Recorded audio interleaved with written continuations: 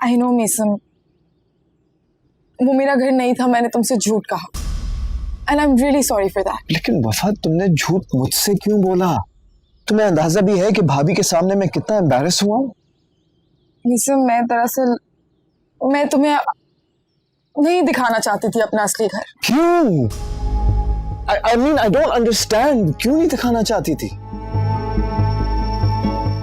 Look Meesam, I know कि इस वक्त तुम्हारे दिमाग में 1000 सवाल होंगे, लेकिन मेरे पास तुम्हारे किसी एक भी सवाल का जवाब नहीं। मैं नहीं चाहती कि हमारी मोहब्बत किसी भी गलतफहमी की नजर हो जाए। गलतफहमी? कौन सी गलतफहमी? मुझे कुछ समझ नहीं आ रहा कि तुम इस वक्त क्या कह रही हो। अक्सर इंसान चाह के भी बहुत कुछ नहीं बता पाता, क्योंकि वो डरता है किसी अपने को खोने से। और मैं तुम्हें नहीं खोना चाहती मीसम।